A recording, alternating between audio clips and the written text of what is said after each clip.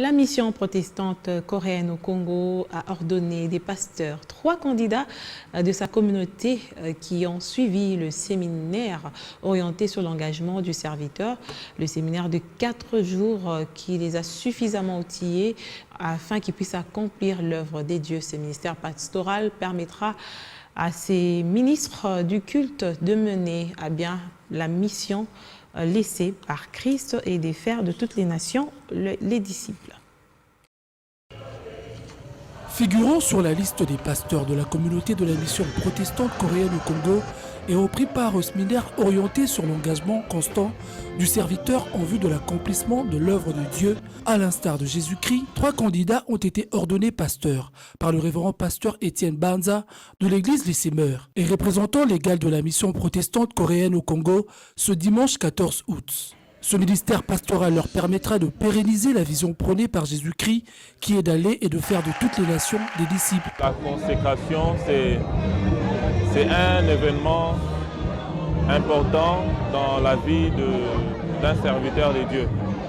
C'est une reconnaissance du ministère où on l'établit et où il peut maintenant exercer ces ministères-là comme vous l'avez entendu. C'est un ministère qui demande la grâce de Dieu. Servir Dieu inconditionnellement était le nœud de la prédication tirée dans 1 Corinthiens 4, du 1er au 5e verset, une disposition quotidienne que ces 3 ministres du culte venus de quelques provinces de la République, notamment Lubumbashi et Mbuji-Mayi, doivent s'approprier afin de porter haut la mission leur assignée.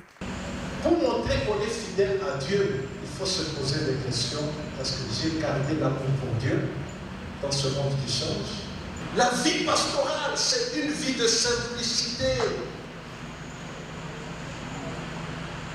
C'est une vie d'humilité.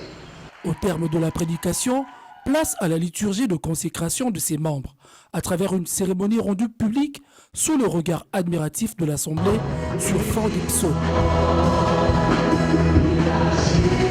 Pour boucler la boucle, le pasteur Dr Paul Pongo a salué la mission qui se poursuit de manière fervente au sein de cette assemblée, membre de la mission protestante coréenne au Congo. La chorale très propre, l'église très propre, tout le monde très bien engagé. Il y a des instruments, des histoires terribles qui n'existaient même pas à l'époque. Comme ça.